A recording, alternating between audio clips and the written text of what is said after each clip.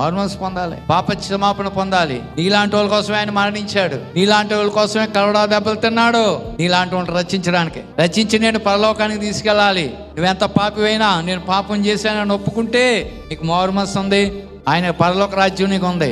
మంచి మార్గంలోకి రండి, మీరు అన్నీ మానుకోవాలి, దేవుని వైపు తిరగండి.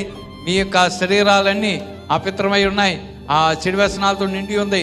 మారి అవి విడిచిపెట్టి దేవుని సన్నిధికి రండి అన్నాం అనుకోండి, ఎవరు రావడానికి ఇష్టపడలేదు. అందుకే ఆ శరీరాన్ని, ఈ పాప సంబంధమైన ఈ లోక సంబంధమైన ఆశలకు వెళ్ళిపోతున్న ఈ శరీరం, దాని యొక్క కోరికలు, ఆశలు అన్ని నిర్మూలన చేయడానికే ప్రభువైన క్రీస్తు ఈ భూమి మీదకి వచ్చి మనందరి కొరకు ఆయన చీల్చబడ్డాడు, ఈ శరీరాన్ని చీల్చేశాడు. అందుకే ప్రభువైన క్రీస్తు నీ కొరకు ఈ శారీరకమైనటువంటి ఈ లక్షణాలు, ఉద్రేకాలన్నీ చంపడానికి ఆయన ఈ లోకంలోనికి వచ్చి మన కొరకు యజ్ఞ పశువు అయిపోయాడు. అందుకే రక్షణ పొంది ప్రతి ఒక్కరు మారు మనసు పొంది యేసే రక్షకులను ఒప్పుకో.